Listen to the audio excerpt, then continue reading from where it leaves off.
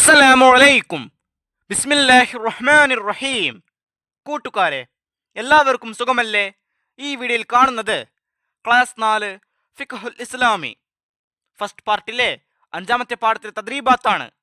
വീഡിയോയിലേക്ക് കടക്കുന്നതിന് മുമ്പ് ചാനൽ ആരെങ്കിലും സബ്സ്ക്രൈബ് ചെയ്യാതെ കാണുന്നുണ്ടെങ്കിൽ ഒന്ന് സബ്സ്ക്രൈബ് ചെയ്യണം, എന്നെ സപ്പോർട്ട് ചെയ്യണം. ഈ വീഡിയോ കൂട്ടുകാർക്ക് ഇഷ്ടമായാൽ ലൈക്ക് ചെയ്യണം, നിങ്ങളുടെ ഫ്രണ്ട്സിന് ഷെയർ ചെയ്യണം. അദ്ദർസുൽ ഖാമിസ് ഇത്തഖുൽ ലാഇനൈൻ. പുഴ മലിനമായി. തിരുവനന്തപുരം സംസ്ഥാനത്തെ നദികളും മറ്റു ജലാശയങ്ങളും മലിനീകരിക്കപ്പെട്ടതായി സർവേയിൽ കണ്ടെത്തി. മലം, മൂത്രം, അറവ് മാടുകളുടെ അവശിഷ്ടങ്ങൾ, പ്ലാസ്റ്റിക് മാലിന്യങ്ങൾ തുടങ്ങിയവ വ്യാപകമായി പുഴയിൽ നിക്ഷേപിക്കുന്നുണ്ട്. ഇതിനു പുറമെ ടോയ്ലറ്റുകളിൽ നിന്നുള്ള അവശിഷ്ടങ്ങളും ഫാക്ടറി മാലിന്യങ്ങളും പുഴകളിലേക്കും തോടുകളിലേക്കും ഒഴുക്കിവിടുന്നതും വ്യാപകമായിട്ടുണ്ട്. ഇതിനെതിരെ കർശനമായ നടപടി സ്വീകരിക്കണമെന്ന് പരിസ്ഥിതി സംരക്ഷണ പ്രവർത്തകർ ആവശ്യപ്പെട്ടു. ഇത്തരം കാര്യങ്ങൾ ചെയ്യുന്ന സാമൂഹ്യ വിരുദ്ധരെ മാതൃകാപരമായി ശിക്ഷിക്കണമെന്നും അവർ സർക്കാരിനോട് അഭ്യർത്ഥിച്ചു. നമുക്ക് കുടിക്കാനും കുളിക്കാനുമുള്ള വെള്ളം നമ്മൾ തന്നെ നശിപ്പിക്കരുത്. പത്രം വായിച്ച് ഉസ്താദ് ഓർമ്മിപ്പിച്ചു. നബി സല്ലല്ലാഹു അലൈഹി വസല്ലം പറഞ്ഞു, ഇത്തഖുൽ ലാഇനൈൻ. ശാപനിമിത്തമായ 2 കാര്യങ്ങൾ നിങ്ങൾ സൂക്ഷിക്കണം. സ്വഹാബികൾ ചോദിച്ചു, ഏതാണ് ആ കാര്യങ്ങൾ? ജനങ്ങൾ സഞ്ചരിക്കുന്ന വഴിയിലും വിശ്രമിക്കുന്ന തണലിലും വിസർജിക്കൽ. ശൗചം ചെയ്തതിനു ശേഷം ടോയ്ലറ്റ് വൃത്തിയാക്കണം. ഇരുന്നു കൊണ്ട് വിസർജനം നടത്തണം. നിശബ്ദത പാലിക്കണം. നജസ് വൃത്തിയാവുന്ന രീതിയിൽ വെള്ളം ഉപയോഗിച്ച് നല്ലപോലെ ശൗചം ചെയ്യണം. നജസ് വലിച്ചെടുക്കുന്ന കല്ല്, ടിഷ്യൂ പേപ്പർ മുതലായവയും ശൗചത്തിന് ഉപയോഗിക്കാവുന്നതാണ്. ഉസ്താദ് തുടർന്നു. പൊതുവഴി, വിശ്രമസ്ഥലം, പുഴ, കുളം തുടങ്ങിയ സ്ഥലങ്ങളിൽ വിസർജിക്കരുത്. അവ മലിനപ്പെടുത്തുകയും അരുത്. അതുപോലെ തെങ്ങ്, മാവ് തുടങ്ങിയ ഫലവൃക്ഷങ്ങളുടെ ചുവട്ടിലും ഭക്ഷണ സാധനങ്ങളിലും ഖബറിന്റെ മുകളിലും പരിസരത്തും ജന്തുക്കളുടെ മാളങ്ങളിലും ഖിബ്ലയ്ക്ക് മുന്നിട്ടും പിന്നിട്ടും വിസർജനം പാടില്ല. ഈ പാഠം വായിച്ചത് കൂട്ടുകാർക്ക് മനസ്സിലാകില്ലേ? ഈ പാഠത്തിന്റെ അവസാനത്തിൽ ഒരു ബോക്സ് കൊടുത്തിട്ടുണ്ട്, അത് നമുക്കൊന്ന് വായിക്കാം. അന്നല്ലാഫത്തു മിനൽ ഈമാൻ. വൃത്തി ഈമാനിൽപ്പെട്ടതാണ്. തദ്രീബാത്തിൽ 1ാമത്തെ പ്രവർത്തനം നുജീബ്. 1. ശാപനിമിത്തമായ കാര്യങ്ങൾ ഏതെല്ലാം? ഉത്തരം: ജനങ്ങൾ സഞ്ചരിക്കുന്ന വഴിയിലും വിശ്രമിക്കുന്ന തണലിലും വിസർജിക്കൽ. 2. വിസർജനം പാടില്ലാത്ത സ്ഥലങ്ങൾ ഏതെല്ലാം? ഉത്തരം: പൊതുവഴി, വിശ്രമസ്ഥലം, പുഴ, കുളം തുടങ്ങിയ സ്ഥലങ്ങളിലും അതുപോലെ തെങ്ങ്, മാവ് തുടങ്ങിയ ഫലവൃക്ഷങ്ങളുടെ ചുവട്ടിലും ഭക്ഷണ സാധനങ്ങളിലും ഖബറിന്റെ മുകളിലും പരിസരത്തും ജന്തുക്കളുടെ മാളങ്ങളിലും ഖിബ്ലയ്ക്ക് മുന്നിട്ടും പിന്നിട്ടും വിസർജനം പാടില്ല. 3. ശൗചം ചെയ്യുമ്പോൾ എന്തെല്ലാം ശ്രദ്ധിക്കണം? ഉത്തരം: ഇരുന്നു കൊണ്ട് വിസർജനം നടത്തണം. നിശബ്ദത പാലിക്കണം. നജസ് വൃത്തിയാവുന്ന രീതിയിൽ വെള്ളം ഉപയോഗിച്ച് നല്ലപോലെ ശൗചം ചെയ്യണം. 4. വെള്ളത്തിന് പകരമായി ശൗചം ചെയ്യാൻ ഉപയോഗിക്കാവുന്ന വസ്തുക്കൾ ഏതെല്ലാം? ഉത്തരം: നജസ് വലിച്ചെടുക്കുന്ന കല്ല്, ടിഷ്യൂ പേപ്പർ മുതലായവ. 5. പരിസ്ഥിതി സംരക്ഷണത്തിന് സഹായകമായ 4 കാര്യങ്ങൾ എഴുതുക. 1. മരങ്ങൾ, ചെടികൾ എന്നിവ സംരക്ഷിക്കുക. 2. ജലാശയങ്ങൾ ശുചിയായി സംരക്ഷിക്കുക. 3. കൃഷിക്കും മറ്റും പ്രകൃതിദത്ത കീടനാശിനിയും ജൈവവളവും ഉപയോഗിക്കുക. 4.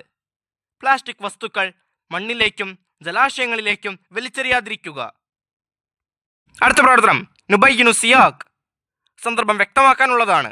1. ഏതാണ് ആ കാര്യങ്ങൾ? ഇത്തഖുൽ ലാഇനൈൻ.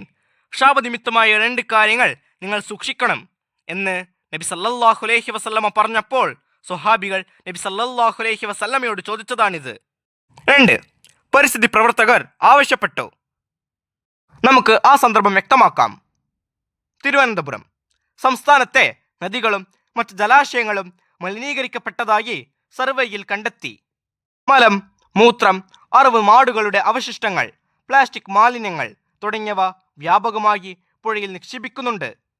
ഇതിനു പുറമെ ടോയ്ലറ്റുകളിൽ നിന്നുള്ള അവശിഷ്ടങ്ങളും ഫാക്ടറി മാലിന്യങ്ങളും പുഴകളിലേക്കും തോടുകളിലേക്കും ഒഴുക്കിവിടുന്നതും വ്യാപകമായിട്ടുണ്ട്.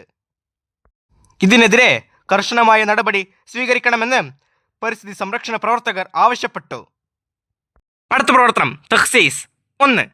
നിങ്ങളുടെ നാട്ടിൽ നടക്കുന്ന പരിസര മലിനീകരണത്തെക്കുറിച്ച് റിപ്പോർട്ട് തയ്യാറാക്കി നടപടി സ്വീകരിക്കാൻ ആവശ്യപ്പെട്ടുകൊണ്ട് ഗ്രാമപഞ്ചായത്ത് പ്രസിഡന്റിന് ഒരു കത്തെഴുതുക. കത്തെഴുതുന്ന സമയത്ത് ശ്രദ്ധിക്കേണ്ട കാര്യങ്ങൾ: പ്രേക്ഷകൻ എന്ന് എഴുതിയതിന് താഴെ പേര്, വീട്ടുപേര്, സ്ഥലം, പോസ്റ്റ് ഓഫീസ്, പിന്നെ ലാസ്റ്റ് ജില്ല എഴുതുക. ഇനി 2, സ്വീകർത്താവ്, ഗ്രാമപഞ്ചായത്ത് പ്രസിഡന്റ്, ഓഫീസിന്റെ പേര്, പോസ്റ്റ് ഓഫീസ്, ജില്ല. ഈ കാര്യങ്ങളെല്ലാം എഴുതിയതിനു ശേഷം സബ്ജക്റ്റ് അഥവാ വിഷയം: പരിസര മലിനീകരണത്തിന് ഒരു നടപടി സ്വീകരിക്കുക. ബഹുമാനപ്പെട്ട സർ, ഞങ്ങളുടെ നാട്ടിൽ പരിസര മലിനീകരണം വളരെയധികം രൂക്ഷമായിക്കൊണ്ടിരിക്കുകയാണ്. അതിന് ഒരു പരിഹാരം കണ്ടെത്തുന്നതിന് വേണ്ടിയാണ് ഞാൻ ഈ കത്ത് എഴുതുന്നത്. ഞങ്ങളുടെ നാട്ടിൽ ബസ് സ്റ്റോപ്പിനടുത്തുള്ള പാഴ്ഭൂമിയിൽ അനേകം വർഷങ്ങളായി കുന്നുകൂടി കിടക്കുന്ന മാലിന്യങ്ങളിൽ നിന്നും ദുർഗന്ധം വരുന്നു. അത് കാരണം അതുവഴി പോകുന്നവരും അതിനടുത്ത് താമസിക്കുന്നവരും വലിയ ബുദ്ധിമുട്ടിലാണ്. ഇതിൽ നിന്നും ധാരാളം കൊതുകുകളും പെറ്റുപെരുകുന്നു. മഴക്കാലമായാൽ മാലിന്യങ്ങൾ ഒഴുകി തോടുകളിലേക്കും കുളങ്ങളിലേക്കും പുഴകളിലേക്കും പോകുന്നു. അതിനാൽ തന്നെ ഇവയൊന്നും ഉപയോഗിക്കാൻ കഴിയാത്ത സാഹചര്യമാണ് ഉള്ളത്.